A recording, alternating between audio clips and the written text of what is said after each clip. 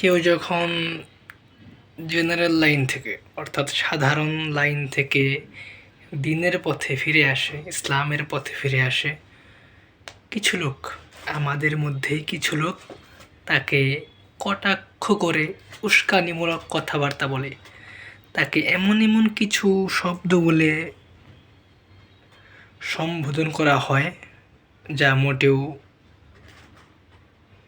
ভালো মানুষের কথা নয়।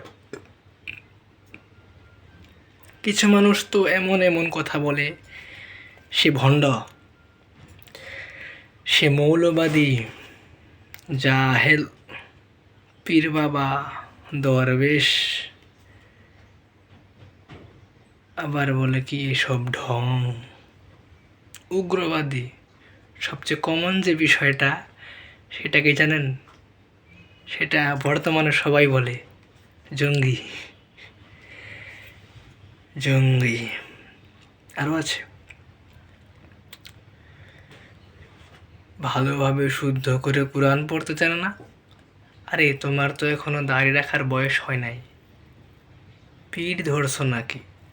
সেকা খাইছে মনে হয়।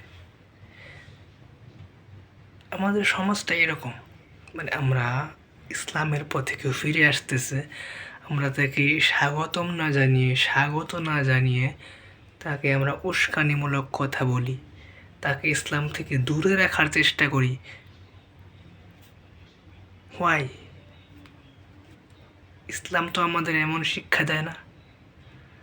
আসলে আপনি ইসলামিক শিক্ষায় শিক্ষিত নই, যার কারণে অন্যকে ইসলামের জ্ঞান দিতে পারি না। কেউ ইসলামের দিকে ফিরে আসলে আমরা তাকে স্বাগত আহ্বান জানাতে পারি না।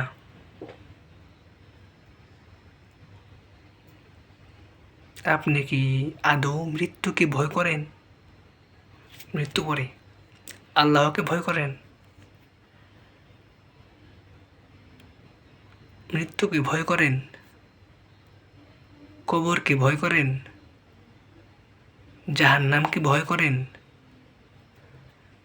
এসবগুলোকে ভয় না করলে তো চলবে না,